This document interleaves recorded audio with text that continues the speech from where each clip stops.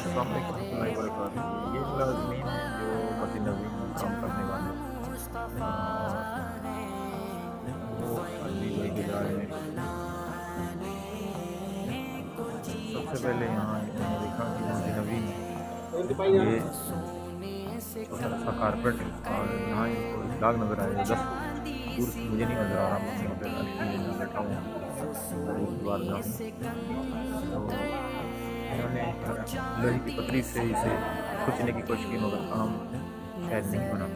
तो अब इन्होंने अपने से बाला भाइयों को बुलाया और यहाँ ये दूसरा कारपेट ले आए और इसको उठा कर ले गए धुलाई के लिए।